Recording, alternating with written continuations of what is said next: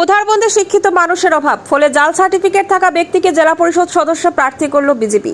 প্রশাসনকে কাজে লাগিয়ে অন্যায়ভাবে নির্বাচনে প্রতিদ্বন্দ্বিতা করছে বিজেপি, এমনি অভিযোগ করলেন উধারবন্দের ব্লক কংগ্রেসের সভাপতি সন্দীপন নন্দী। রবিবার সকালে উধারবন্দের ব্লক কংগ্রেস কার্যালয়ে সাংবাদিক সম্মেলন করে কংগ্রেস নেতাদের পাশে বসিয়ে সন্দীপন নন্দী অভিযোগ করে বলেন, বিজেপি পরাজয়ের ভয়ে প্রশাসনকে কাজে লাগিয়ে অন্যায়ভাবে নির্বাচনে প্রতিদ্বন্দ্বিতা করতে চাইছে।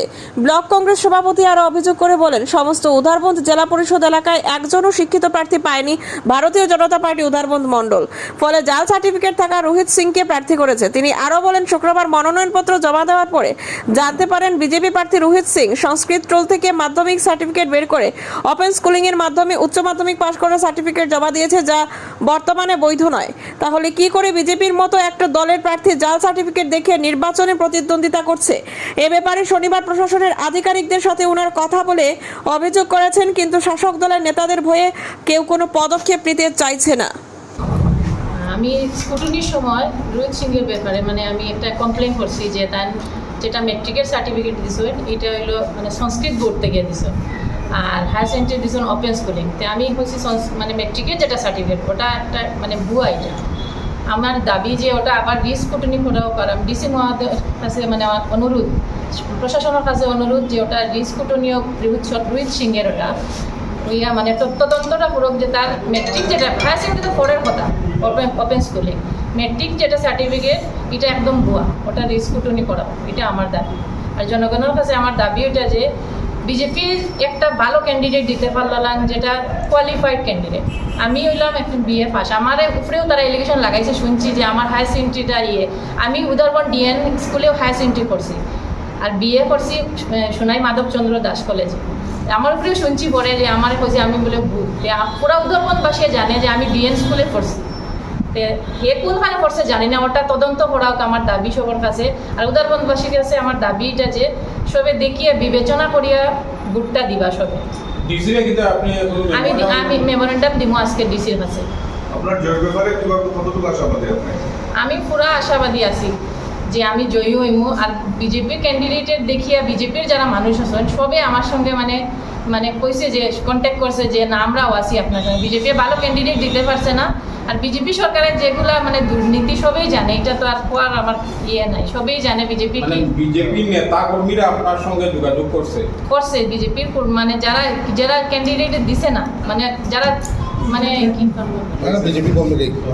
বিজেপির প্রচুর কর্মীরা আমার সাথে কন্ট্যাক্ট করছে যে কইছে যে উদারবনবাসী কইছে যে আমার সাথে আছে, সবে ভোট দিব আর জয়ী হইব আমি, আমার আশা এটা। আপনার মেন উদ্দেশ্য হয়েছে আমরা যে উদারবন জেলা পরিষদ ক্যান্ডিডেট রোহিত সিং, তাই একজন টুল পাস, আর এরপরে তাই পাস করছে বিয়ের থেকে সংস্কৃত বোর্ড থেকে পাস করছেন, এরপরে তাই ওপেন স্কুল থেকে তাই হায়ার সেকেন্ডারি পাস করছেন। যেহেতু আমার ক্যান্ডিডেটে গিয়া তখন স্কুটিনের সময় ঢুকছে, তখন তাদের উঠে হয় মেট্রিক থেকে কিতা করতে হায়ার সেকেন্ডারিটা তখন আপনারা, ঠিক আছে। তাই আমি এটাই জানতে চাই যে উদারবন বিজেপির কি একজন যোগ্য প্রার্থী পাইছে না তারা, যে একজন টুল ফার্স্ট ক্যান্ডিডেট তারা খাড়া করছে। হ্যাঁ, আর আজকে গতকালকে আমার এই ফানগ্রামের একটা ঘটনা আমার এপি লইয়া, এখানেও তারা যে সময় তাই আশাকর্মী আসিল, আগেও কুম্বাত এরকম ঘটনা ঘটিয়ে গেছে।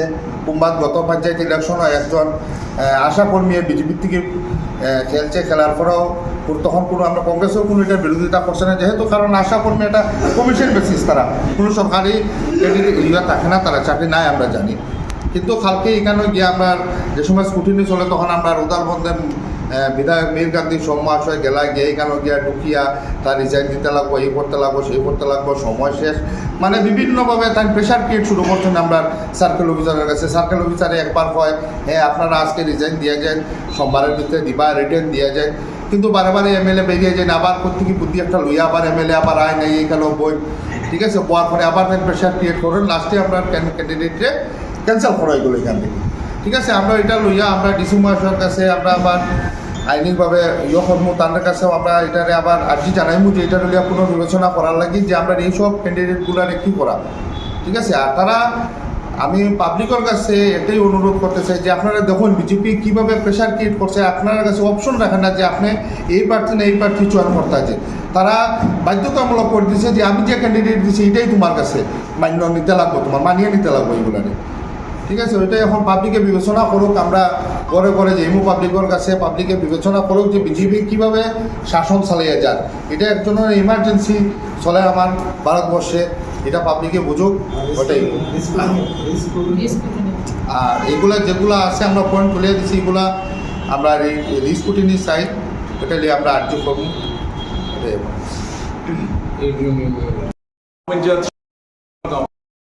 আমরা দেখতে আছি যে এখন পাওয়ারের মিস ইউটিলাইজ হয়ে আছে, যেহেতু 33 পঞ্চায়েত আমরা আসামে ঘোষণা হওয়ার পর থেকে অনেক মনোনীত প্রার্থীরা নিজের নমিনেশন সাবমিট করছে, বিভিন্ন রকম যেগুলো ক্রাইটেরিয়া রাখছে, তার মধ্যে আমরা দেখা গেছে যে বিগত দিনে যেটা সাবমিশন করতে গিয়ে স্বীকৃতি যেটা আমরা সতনামি তাইটা ক্যান্সেল করা হয়েছে যেহেতু আশা কর্মী হিসাবে।